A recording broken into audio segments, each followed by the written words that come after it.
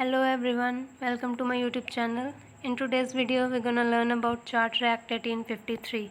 इस वीडियो में हम चार्टर एक्ट 1853 के बारे में स्टडी करेंगे। इससे पहले हमने चार्टर एक्ट 1833 देखा है, तो उसके बाद ये एक्ट लाया गया जो है चार्टर एक्ट 1853। तो शुरू करते हैं। The charter act 1853 was passed in British parliament to renew the charter act.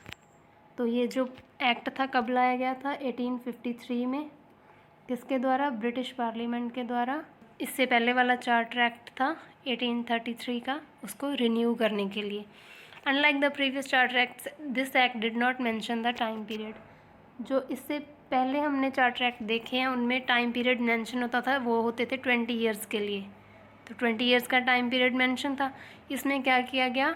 Time period नहीं मेंशन किया गया। इसको कभी भी नेक्स्ट चार्टर लाया जा सकता था, तो कभी भी इसमें चेंजेस किए जा सकते थे।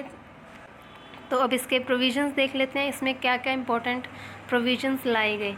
तो फर्स्ट प्रोविज़न है separation of governor generals executive and legislative functions. तो इसमें क्या किया गया?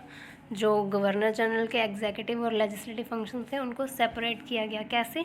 इससे पहले हमने 1833 का जो चार्टर एक्ट देखा, उसमें क्या था? गवर्नर जनरल जो बंगाल का था उसको पूरे इंडिया का गवर्नर जनरल बना दिया गया था, और उसको एक एग्जीक्यूटिव बॉडी दी गई 4 मेंबर्स की, जिसके साथ मिलके लॉज बनाने थे, और एक कमांडर इन चीफ। ये 6 जने मिलके लॉज बनाते थे।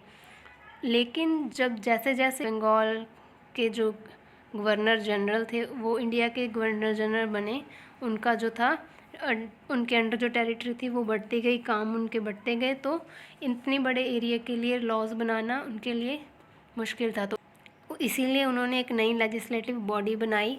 एक 6 मेंबर्स की एक बॉडी ऐड की गई, जिनको कि ये लॉज बनाने का काम दिया गया, जिसमें 6 मेंबर्स थे। सुप्रीम कोर्ट के चीफ जस्टिस, और जो सुप्रीम कोर्ट के एक अदर जज, जो कलकत्ता में सुप्रीम कोर्ट थी, एक अदर जज, और 6 जो बाकी के 4 जजेस थे वो प्रोविंसेस से लिए गए थे, जैसे कि बॉम्बे, मद्रास, बंगाल और आगरा से लिए गए थे।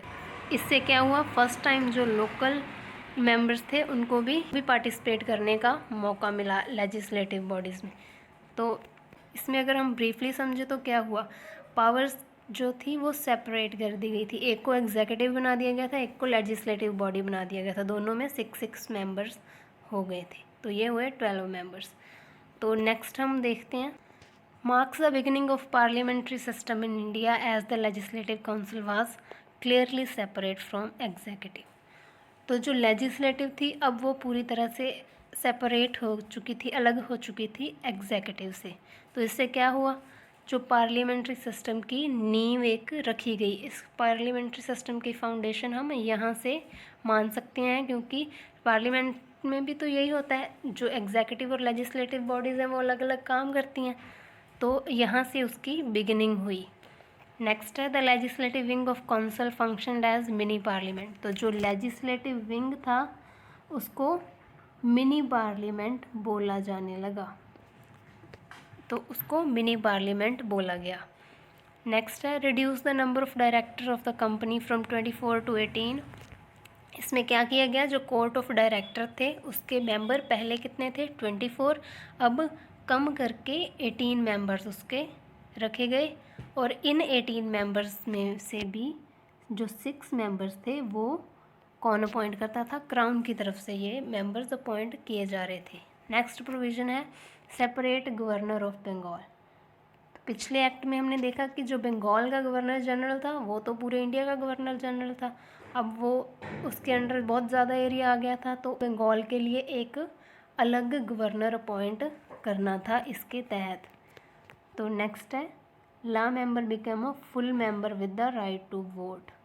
तो जो एग्जीक्यूटिव थी उसमें जो चौथा ला मेंबर लाया गया था, पहले क्या था? वो फुल मेंबर नहीं था, मतलब वो सिर्फ एडवाइजेस देता था, लेकिन उसको राइट टू वोट नहीं था। अब क्या किया गया? एग्जीक्यूटिव में जो चौथा मेंबर था वो अब अपनी वोट भी दे सकता था, और अब वो फुल मेंबर बन चुका था एग्जीक्यूटिव का। Open competition for selection of civil servant. तो अब क्या किया गया? ओपन कंपटीशन शुरू किया गया इस एक्ट के तहत सिविल सर्वेंट्स के लिए। अब कोई भी पार्टिसिपेट कर सकता था, एग्ज़ाम कंडक्ट किया जाने लगा सिविल सर्विसेज के लिए। तो अब एक बार फिर से हम देख लेते हैं इन प्रोविजंस को। तो चार्टर एक्ट 1853 में लाया गया, किसने? ब्रिटिश पार्लियामेंट के द्वारा, पुराने वाले चार्टर एक्ट को रिन्यू करने के लिए। और क्या किया गया? एग्जीक्यूटिव और लेजिस्लेटिव फंक्शन को क्लियरली अलग अलग किया जाने लगा, जिससे क्या हुआ? पार्लियामेंट्री सिस्टम की एक नींव रखी गई और इसको जो लेजिस्लेटिव विंग था उसको मिनी पार्लियामेंट बोला जाने लगा। और इससे क्या किया गया? नेक्स्ट प्रोविज़न जो है, जो कोर्ट ऑफ डायरेक्टर के मेंबर्स थे उनको 24 से कम करके 18 कर दिया गया, और इन 18 मेंबर्स में से भी जो 6 मेंबर्स थे उनको क्राउन ने अपॉइंट करना था। नेक्स्ट है separate governor general of Bengal. तो बंगाल के लिए एक अलग गवर्नर बनाया गया। नेक्स्ट है जो लॉ मेंबर था एग्जीक्यूटिव में, पहले उसको राइट टू वोट नहीं था, वो सिर्फ एडवाइसेस देता था। अब क्या था? वो फुल मेंबर बन चुका था, अब उसके पास वोट देने का अधिकार भी था। नेक्स्ट है open competition for selection of civil servant. जो सिविल सर्वेंट्स थे उनकी सिलेक्शन के लिए अब ओपन कंपटीशन रख दिया, अब कोई भी इसमें पार्टिसिपेट कर सकता था। तो यही था इस चार्टर एक्ट 1853 में। I hope you understand it. Thank you, thanks for watching.